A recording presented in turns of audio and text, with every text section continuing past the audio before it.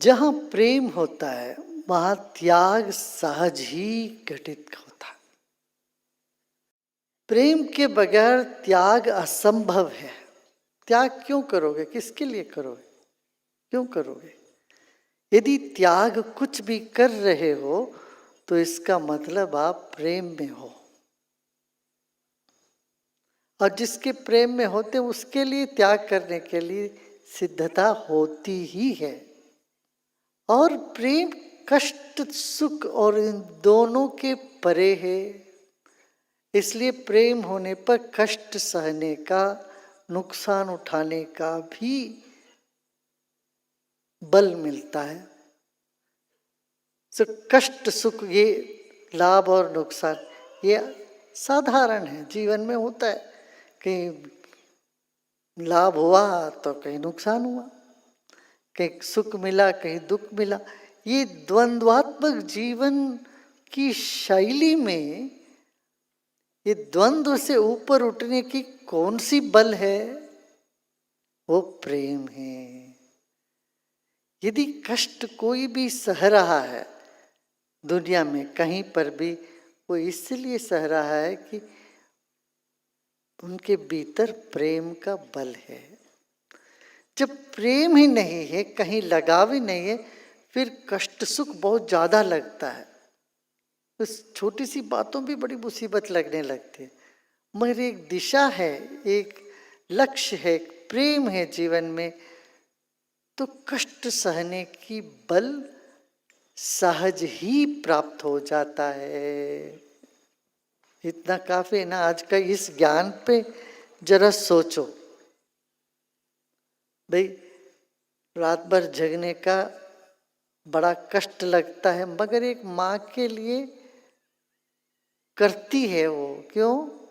इतना कष्ट नहीं लगता है, करती क्यों? प्रेम है, बच्चे के प्रति प्रेम है। जब जरूरत हो तो पूरा लगा देती है। तो इसी तरह से जहाँ प्रेम है, जहाँ लगाव है, वहाँ कष्ट भी कष्ट नहीं लगता, और सुख भी कोई खास सुख नहीं लगता। इसलिए उसको नजरअंदाज करते हुए आगे लोग बढ़ते हैं अपने लक्ष्य की ओर। तो कष्ट और सुख से ऊपर उठने का क्या मोटिवेशन क्या है? प्रेम। और अगाध प्रेम ही जीवन का लक्ष्य है।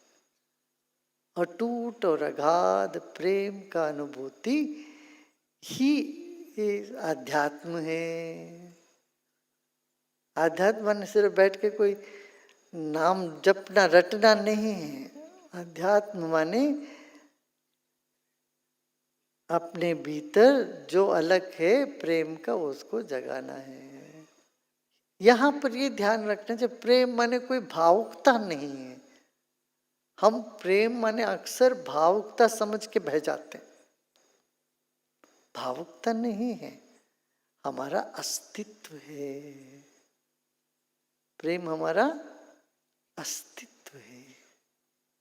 सहज सरल तरल सुंदर अस्तित्व जो है वो प्रेममय है। जैसे एक छोटे बच्चे को देखते हो, 3 महीने 6 महीने के शिशु में कि कण कण से प्रेम निकल रहा है। ऐसे ही किसी भी पशु पक्षी प्राणी पेड़ पौधे सब देखो, सब में वो प्रेम का झलक तुम्हें मिल ही जाएगा। वो मिलने लग जाता है, फिर जीवन तृप्त हो जाता, जीवन में तृप्ति आती है। अब तृप्ति पाने के लिए कोई चेष्टा नहीं करते, अतृप्ति का कारण खोजकर उसको छोड़ते। अतृप्ति का कारण क्या है? अरे मुझे ये चाहिए वो चाहिए। अरे ये सब ठीक है, ये सब तुम्हारे बीसों चाह मान अपमान ये सब सिर पे बिठा के तो परेशान होते रहते हो। त्याग बुद्धि हमेशा सुख देती है।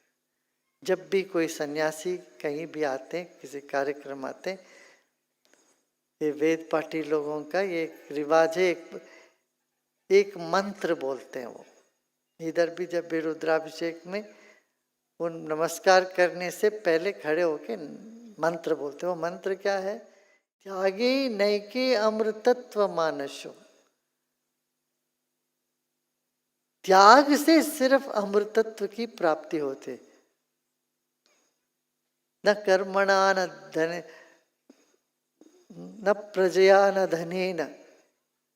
कर्म से नहीं, प्रजा से नहीं, धन से नहीं, त्यागी नेकी अमृतत्व मानस। सिर्फ त्याग से अमृतत्व की प्राप्ति होती है। और हृदय के गुफा में प्रवेश करने के लिए भी हमें ये इस बात को समझना पड़ेगा।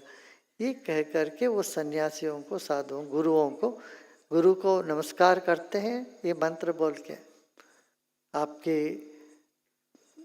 चरणों में हम वंदना करते हैं, क्यों? हम आपके भीतर ये तत्व जागा है। परेण नाकम निहितम गुहाया विभ्राजयते यतयो पतन। वेदांत विज्ञान सुनिश्चितार्थ संन्यास योगात यतय शुद्ध सत्वा। बुद्धि आपकी, सत्व माने बुद्धि, शुद्ध बुद्धि वाले आपको हम प्रणाम करते हैं। यतः शुद्ध सत्वा। हम क्या करते हैं? हमारे बुद्धि दूषित है तो हम सब में वही दूषित बुद्धि की नजर से देखते हैं। तो अपना बुद्धि को शुद्ध रखना है, और शुद्ध रखने के लिए सत्संग, साधना, त्याग, ये सब बातें हैं। परे न नाकम, स्वर्ग से परे, स्वर्ग से भी परे, सुख से भी परे कोई चीज है, वो आत्म तत्व सुख से परे है। अपने कंफर्ट जोन से बियॉन्ड द कंफर्ट जोन, इसको बोलते हैं ना, अपना आराम से बाहर। विभ्राजते यतयो वदन्ति। वेदांत विज्ञान सुनिश्चितार्था। वेदांत और विज्ञान दोनों में निश्चित हुआ बुद्धि, जो शुद्ध बुद्धि है।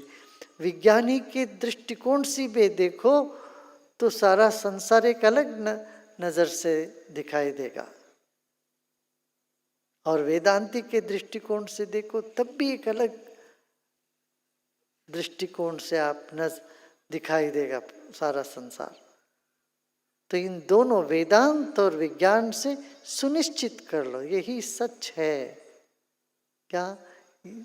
जो बदलता नहीं है वो सच है, और ये सब जो बदल रहा है ये सब अनित्य है। सत्य तो नित्य है, ये बात समझ में आनी चाहिए। समझ तो आती है, बार बार भूल जाते हैं, तो इसलिए यहाँ सुन के बहुत अच्छा लगता है, ये लगता है, फिर वहाँ जाते थोड़ी देर के बाद वही पुरानी भूल ही जाते हैं। वो बार बार इसलिए उसको याद दिलाते जाओ अपने आप को। यही मनन है, यही सत्संग है। अगर आपको ये वीडियो पसंद आया हो तो इसे लाइक के साथ कमेंट और शेयर करना ना भूलें। इससे जुड़े अन्य वीडियो के लिए इस चैनल को सब्सक्राइब अवश्य करें।